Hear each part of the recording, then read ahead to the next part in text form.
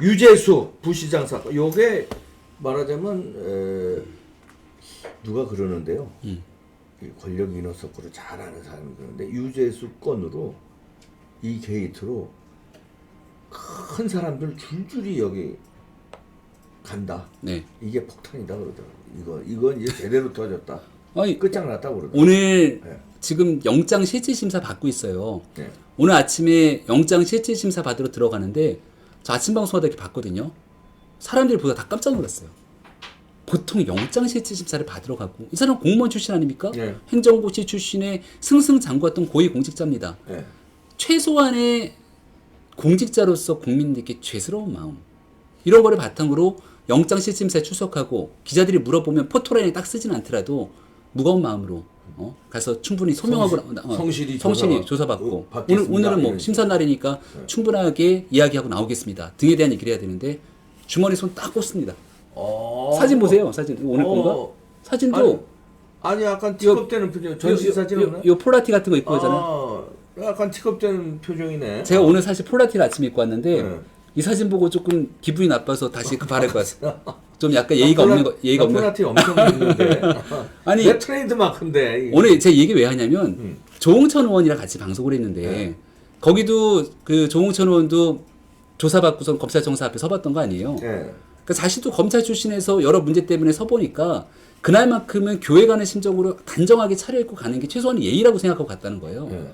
어떻게 저렇게 입고 가냐는 얘기를 했던 것이고 보니까 이렇게 딱 이렇게 딱 꽂고 한쪽에 손 꽂고 한쪽에 딱 손 꽂고 멀리서 제가 봤을 때 옅은 미소를 진 것 같은 느낌이 들기도 하는데 그런 방식으로 쭉 갑니다. 야 이런 유재수의 자신감은 어디서 오는 거지? 라는 생각이 들었는데 오늘 한 기사를 보면 웃네. 맞죠? 예. 오 웃네 살짝. 살짝 딱 여기서 한 손 딱 꽂고 한 손 꽂고 웃어? 그리고 여기에 야, 딱 서서 이거 봐. 기자들이 한 말씀 얘기하니까 쓱 가요. 이런 게 어디 있습니까? 야 오만방자하네. 이 국민들이 다 쳐다보는데 이 카메라는 국민들이 다 보잖아요. 오늘 저 기사 보면은 그거 한번 찾아보세요. 제인이 형. 유재수 컴마 유재상가티브 제인이 형. 형을 믿는구나. 제인이 형이라고 불렀다. 형을 믿고 저렇게 오만방자한 니들이 날 조사할 것 같아? 내 형이 누군데?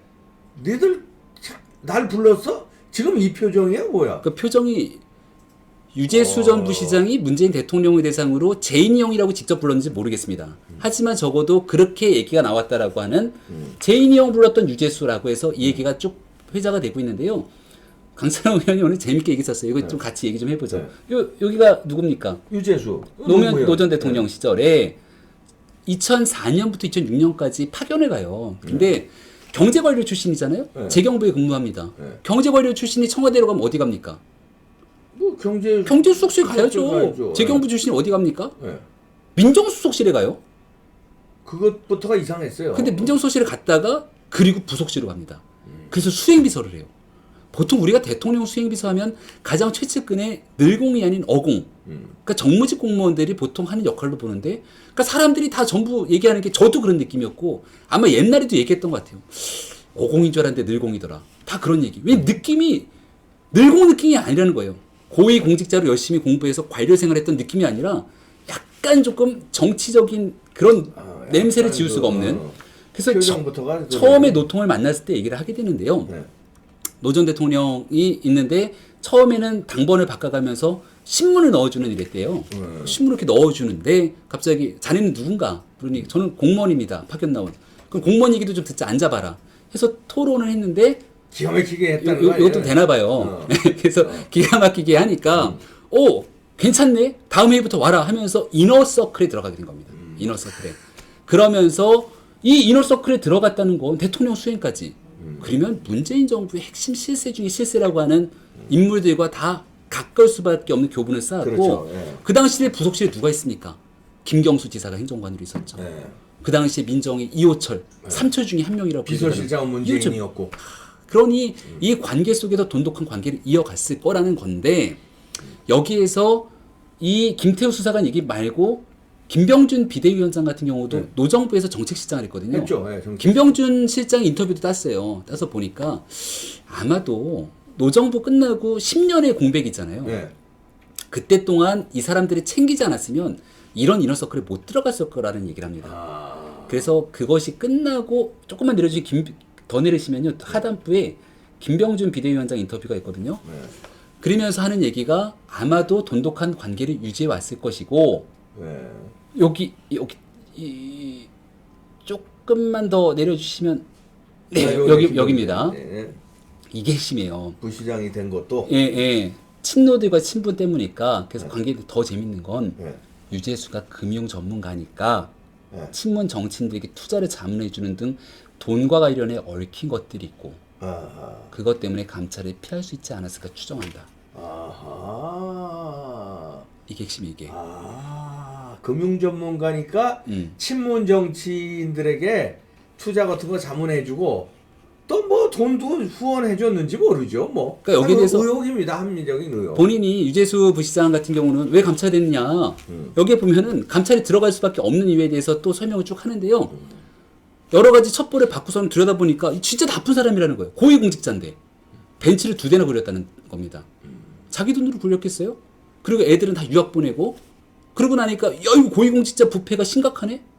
자 보통 우리가 유유상종, 네. 금목자흑 뭐 이런 얘기 하잖아요.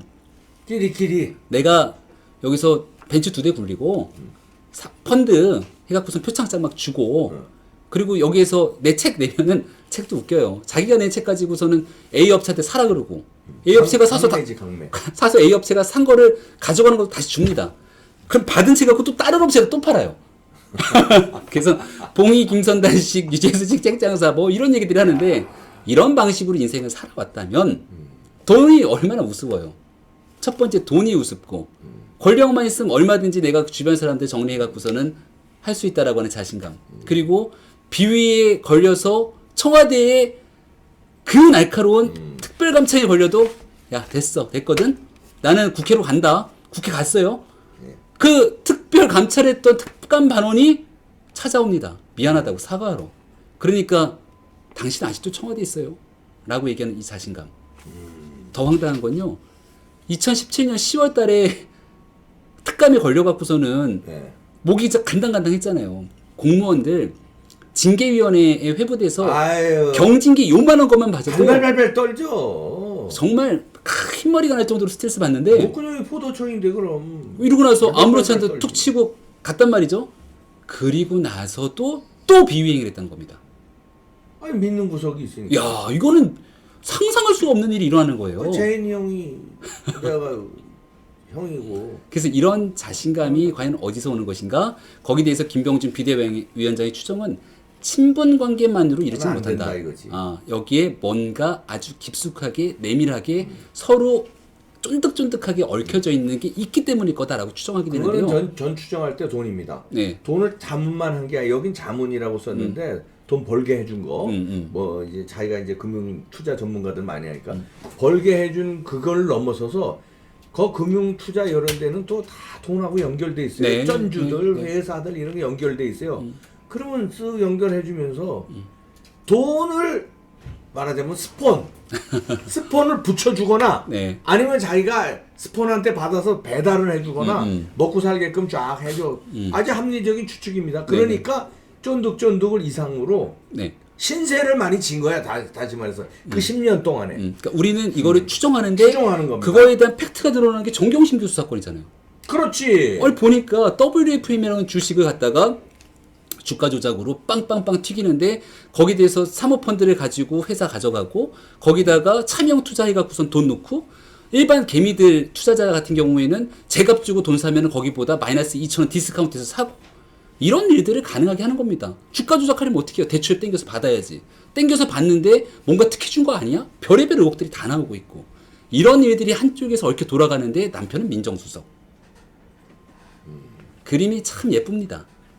그러니까 이런 그림 하에서 지금 금융 관련된 문제들이 청와대를 중심으로 똘똘똘똘 뭉쳐있다고 사람들이 막 몰아가고 있는데 여기에 대해서 어떻게든 툭툭툭툭 끊어내야 된다라고 하는 위기감 이것들이 지금 맞물려 있지 않을까라는 생각인데요.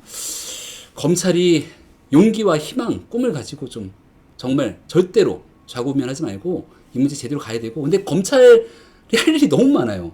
유재수 건, 조국 건 지금 막 바빠 죽겠는데 아까 했던 송철우 시장 건까지 또 터지잖아요. 네. 그래서 검찰 혼자 하는데 힘이 붙일 거 제가 이해합니다. 그렇기 때문에 아까 얘기했던 국정조사.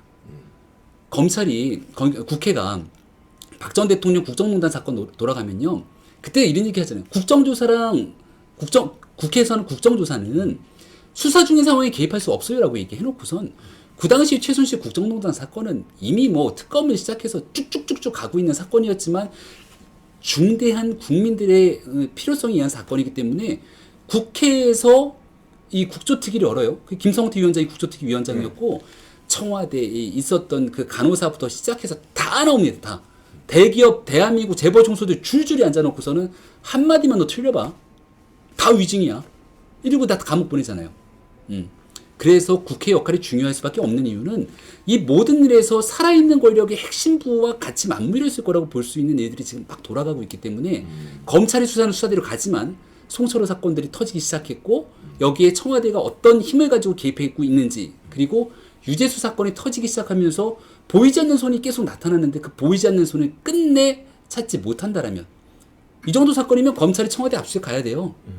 그렇죠. 직접 들어가지 못하면 연풍문에 가서라도 있는 거 다 자료 갖고 나와야 됩니다. 예전에 했던 것처럼. 민주당이 그렇게 하라고 했어요. 당연한 거 아닙니까? 근데 그런 거 지금 거의 지금 청와대를 향해서 손을 못 대고 있어요. 검찰도. 참아. 그러면 이제 국회가 나서서 국정조사 등 할 수 있는 역할들로 국민들을 위해 정치권이 이렇게 필요하다라는 목소리를 좀 낼 때가 이제는 된 것 같다라는 생각입니다. 근데 아까 그 유재수의 그 웃는 얼굴 좀 다시 한번 보여줄까요? 아, 나는 이게 심상치 않은데 왜 유재수가 왜 웃었을까? 웃었을까? 아 이게 여기서부터 쭉 가는데요. 옆에 있는 사람들 가는데 딱 하면서 저 멀리서 보는데 그 표정이 심상치가 않아요, 진짜. 그리고 그 뜰채로 그 비리 사실을 건졌는데 그걸 뜰채로 건진 걸 놔줬단 말이야. 고기를 놔줬단 말이야. 누가 놔주라고 그랬을까? 그리고 그때 채로 특감 발언에 다시 건졌다니까. 그러니까 조사한 특감 발언. 그런데 지금 이 언론에서도 이렇게 지금 난리가 나고 그러는데도 실질심사 받으러 가면서 이런 웃음이 나오는 이 뭘까? 야, 이거는 나는 나 치면 여기 다 죽을 걸. 나 제대로 수사? 에이, 니들 못해? 나 치면 아유 나라가 다 작살이 나는데 이런 표정 혹시 아닐까? 나 재인이 형도 있고 아유 그거 재인이 형만 있는 거 아니야? 아유 무슨 소리 하고 있어? 이 웃음. 영화의 한 장면 같은. 네, 영화의 한 장면입니다. 네, 표정이에요. 이 표정이 이거 주목해봐야 됩니다. 문재인 씨만 곤란한 게 아니라 에이 니네 무슨 소리 하고 있는 거야? 내가 불면 그냥 다 그냥 가는 거야. 민주당 선거 앞두고 있는데 어떡할 거야? 니네 그냥 다 골로 갈래? 이 표정 같아요. 나는 추측을 하는 겁니다. 선거가 내년도 4월 달이니까 이제 꼭 한 5개월 정도 그 수사하다 보면 이게 만약에 청와대발 친문 핵심 권력 게이트로 그럼 빵 끝나는 거예요. 터지면 게임 끝나니까 어떻게 게임 끝날래? 나 풀어줄래? 게임? 니네 검찰이고 법원이고 영장실질심사 잘해라. 청와대 이거 간단한 문제 아니야. 이게 나라가 다 넘어가는 판이고 저쪽 한국당한테 다 갖다 나라 바칠래? 아니면 나 여기서 대충 무마할래? 이런 웃음 같아요. 네. 간단한 웃음이 아닙니다. 이게 지금 이게 영장실질심사 받으러 가는 웃음이에요. 아무리 간 큰 사람도요. 이때는 쫄아요. 자기가 구속되느냐 안 되느냐, 구속 수사를 받느냐 아니느냐 절체절명의 위기인데 안 쫄겠어. 이게 보통 심장 가지고. 근데 이런 웃음이 나온다. 그리고 이런 복장을 하고, 아이고 나 집어넣어? 아이고야 선거 4월 15일이랬는데. 이거 어때 나는 이거 완전히 오늘 이거. 진짜 잘 봐야 되는 게 영장 칠 때 특가법상 뇌물로 또 안 쳤어요. 특가법상 뇌물로 치려면 3천만 원 이상 혐의를 가지고 쳐야 되는데 약간 그러기에는 뭐가 부족하다 그래서 그냥 일반 뇌물로 구속영장이 적시했거든요. 예. 그래서 지금 우리 또 박사님 얘기 들어보니까 이거 갑자기 또 그런 아니 저는 이 불안한 기운이 몰려오는 것 같기도 하고. 의미가 심상치 않고 이 문제가 간단하잖아요. 근데 검찰이 만약에 지금 얘기를 하는데 우리 김병민 교수도 잘 얘기했어요. 자신이 없으면 여기 얽힌 게 제가 볼 때 간단치 않은 것 같으니까 자신이 없으면 저 국정조사로 토스를 하든지 아니면 특검으로 가든가. 특검으로 가든지 던지세요. 네. 윤석열이 아무리 깡다고 좋아도 이거는 제가 이걸 사거리 다 잡을 수는 없으면 그럼요. 자신 없으면 자료 딱 챙겨서 특검으로 쫙 그러면 자 이제 한국당이 잘해야 됩니다. 아, 그럼요. 특검으로 밀고 가자 이걸 딱 포착을 했으면 좀 감각을 좀 세워봐요. 좀 지략과 전술을 펼칠 줄 알아야지. 이때 딱 잡았잖아요. 그럼 한규환 대표 단식 딱 들어갔어. 딱 특검으로 물고 들어가서 유죄수 하나 끝나는 거예요. 이 정부는 왜 이걸 못해? 최순실 사태는 요만한 거 가지고선 박근혜 대통령 끌어내렸는데 요만한 거 가지고 이거는 유죄수건은 끝나는 거예요. 여기서 왜 이걸 못 물고 늘어져? 진짜 답답하네 진짜. 이 한 명의 인물을 중심으로 얼마나 많은 범죄 혐의들이 지금 얽혀 있는지 아까 얘기하랬던 딱 하나지 더. 그 특감 반원이 내가 이 사람을 뜰채로 건졌는데 이 사람은 풀어나고 오히려 시간이 지나고 나니까 나에 대해서 투서가 들어왔다고 하잖아요. 네. 대한민국 청와대에 있는 특감반원에게 이 이유로 그 사람에게 투서가 들어온다면 누가 투서 넣습니까? 일반인일 가능성 거의 없다라는 게 정치권의 평가거든요. 그러면 마찬가지로 이 사람에 대한 개인 사찰이 진행될 수 있을 가능성을 배제할 수 없는 거예요. 심각한 문제입니다. 예. 그러니까 요 유재수라는 인물 한 명을 중심으로 지금 온갖 일들이 벌어지고 있기 때문에 박사님 진짜 말씀 잘해주셨는데 윤석열 총장이 지금 사실 강단 있게 가고는 있지만 이거 너무 커요. 이건 너무 커서 내가 볼 때 감당을 못할 것 같아요. 혼자서 감당하기에 버겁다라면은 어느 정도 선에서 신호를 좀 줬으면 좋겠어요. 그 신호가 만약 저는 오늘 아주 만약 영장 심사가 기각된다. 그럼 신호가 나가야 돼. 그럼 이게 윤석열이 보내는 신호탄이구나. 그 빨리 캐치해야 되거든요. 그 한국당에서 빨리 캐치하기 바랍니다. 캐치하고 그리고 난 다음에 어떤 방식으로 이 문제랑 다 얽혀 있으니까 같이 쭉 밀고 가야 되는 거지. 그 고민을 잘해야 되는데 아무튼 여러모로 마지막 한마디 드린다면 제가 제일 좋아하는 얘기입니다만은 세상에 영원한 비밀은 없다. 어차피 다 드러나게 돼 있는 거지만 그게 빨리 드러나냐 늦게 드러나냐의 차이인데요. 다만 그럼에도 불구하고 내년 총선에서 지금 지난번 지방선거 보니까 이런 방식으로 선거를 치른다면 내년 총선에 또 무슨 일이 일어나지 않습니까? 네. 그렇기 때문에 그 전에 아주 분명하고 빠르고 강단 있게 일을 정리하기 위해서 정치권이 제 역할을 반드시 잘해줘야 됩니다. 네. 말씀하시는 순간 김태군님 슈퍼챗 감사하고요. 김태군님 고맙습니다. 자, 김병민 교수는 또 방송을 하러 가셔야 되니까 여기서 또 보내드리겠습니다. 자, 김병민 교수였습니다. 감사합니다. 고맙습니다.